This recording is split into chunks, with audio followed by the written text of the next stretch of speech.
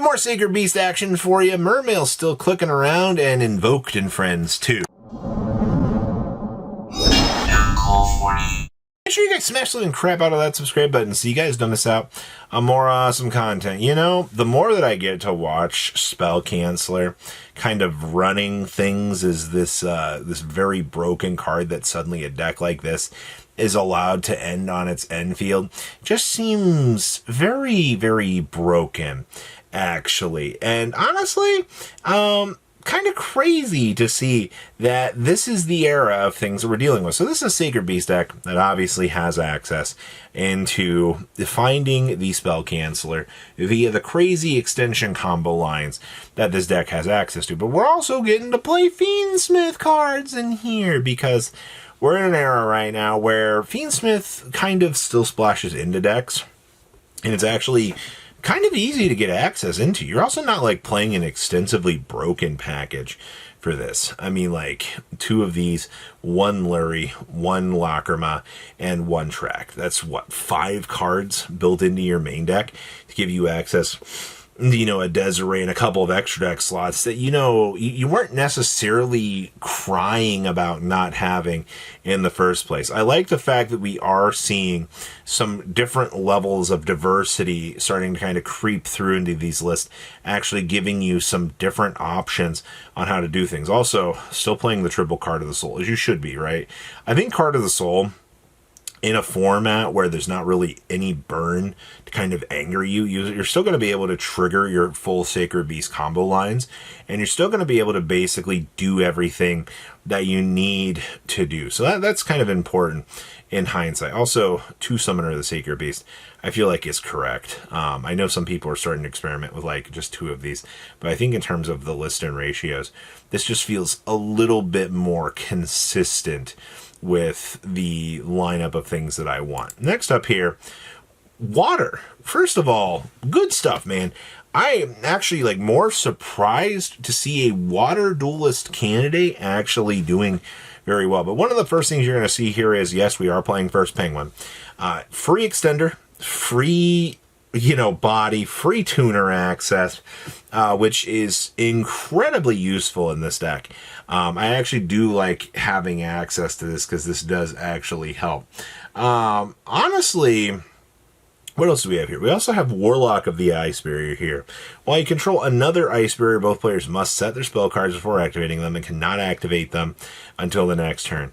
So, as you saw with the previous list, with decks accessing Spell Canceller here, we have another particularly broken effect that just gives us access into the ability to just kind of bypass game mechanics, which locking your opponent out of spell cards is actually becoming more and more worrisome as time goes on.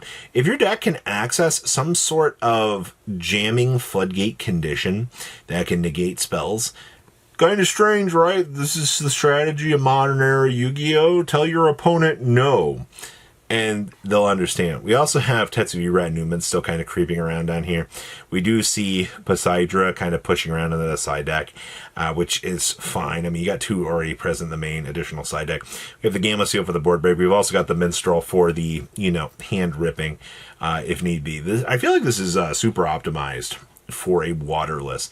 This is probably about as good as it's going to get right now if you're trying to play anything water related into the existing meta. No matter if you're happy or sad, based on the current meta for water, I think try this list. Like, honestly, this is probably as good as it's going to get for you. Now we got to dive into the world of the meta. There's some very interesting concepts floating around right now on just ideas that you can kind of make work. The goal is to find the best possible way to make the opponent not want to play the game. And Alistair the Invoker, I think, does a pretty good job at that, because this little guy right here has been an absolute giant help at being an absolute pain in the ass. It's a free water monster that allows you to reveal a fusion. You banish the material whose name is mentioned on it from the deck, which puts an Alistair into rotation, by the way. And then you get to special summon this card, and it becomes treated as the banished monster's name.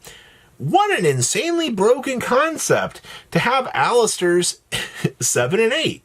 But don't worry, because we also have 9.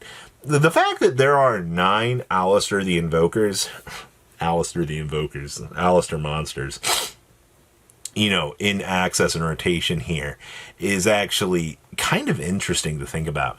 But I mean, I think Sorcerer of the Swamp helps this deck out in a pinch, honestly. And honestly, if we have to look at Sorcerer as the little extender to make this deck work out more consistently, then so be it. That just means that, you know, we've gotten extra extenders to be able to keep things going. Also, do not forget about this card. I think Super Polymerization in this deck is just absolutely bonkers good. Being able just to have an Alistair up and running and then just tear your opponent's field apart with something like the Hyper Invoked Aeon, or, you know, any of the other potentially just devastating generic cards that your deck has access to for some reason, just feels absurdly good. So welcome to the era of Invoked with Alistair and his 2 cronies. Next up here, we get to see a very, very basic Black Chaos list.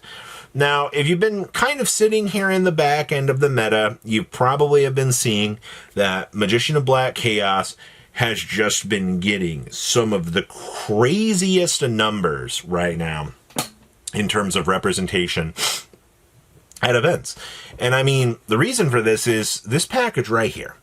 Diabellstar and Wanted are just absolutely being maximized to their fullest potential. So many people are going crazy with this package because Ilia Sylvia is just one of the most reliably broken end board pieces that this deck has access to. You know, you're effectively putting up an Omni Negate to burn the opponent out of playing the game. That's crazy to think about, that we're consistently creating this, you know, placement of burn or of control on the opponent. And honestly, it's kind of BS that these decks are allowed to, you know, keep putting up pressure like this, and they're just kind of winning the game from. Obviously, you know, the loop aside here, access into the more generic extra deck cards that have been causing these problems, like Xena and the Charmer and Quartet in Bloom, are obviously problem cards. Obviously, you know, Pharaonic Advent, and once again, that's 3 gosh darn decks in this video that are all playing some way to tell your opponent they're not playing spell cards. That's fundamentally crazy. I think, honestly, they need to do something about all of these different methods that are stopping the opponent from activating spell cards. Isn't that just a gosh darn crazy concept to see that we're now trying to deny the opponent the chance to play the game via spell negates? Yeah, I can't say that was on my bingo sheet for this year, but ban them all, I guess. All right, next up here. Cool Tunes. This deck is cool. No, honestly, this deck is still incredibly built into the same way. I think the most interesting fact here is this list is playing 6 Dominus cards. They're building in Purge and they're building in Spark in this list, because there's not really any detrimental side effects to doing this, because Purge is walking out of Dark, Water, Fire. All right, well, I mean, Dark turns off Clip, but I mean, like, and I guess Rico kind of gets turned off, but I mean, like, if these are cards that are going to be coming up for you as cards that you can set, going after you've already set up your giant field, and they're just kind of free assisters at getting the job done. But in terms of the way this deck is played, man, like, your hand trap usage is great. You see a Droll Lockbird in the main deck? I don't. It's down here on the side. Malcharmies are in the side deck, all right? The Malcharmies not being tuners just is effectively the craziest thing that you could see, because it's just like, oh, take them out. There's no point. They're not tuners. They're bad cards. But seeing Sparks and Purges in this list is very cool. Still seeing the reframing in the side deck, pretty standardized stuff. There's nothing to me that screeches at me that this list is incredibly broken. It's just, this is what standard Yu-Gi-Oh looks like at the moment. No matter if we're happy, sad, angry, you know, or how we view that, it's just where we're at right now, man. That's the game. So what do you guys think about everything? Please leave a comment down below. Tell me what you guys think, and I'll see your beautiful faces back here later in the day, guys. Patrons, thank you. Thank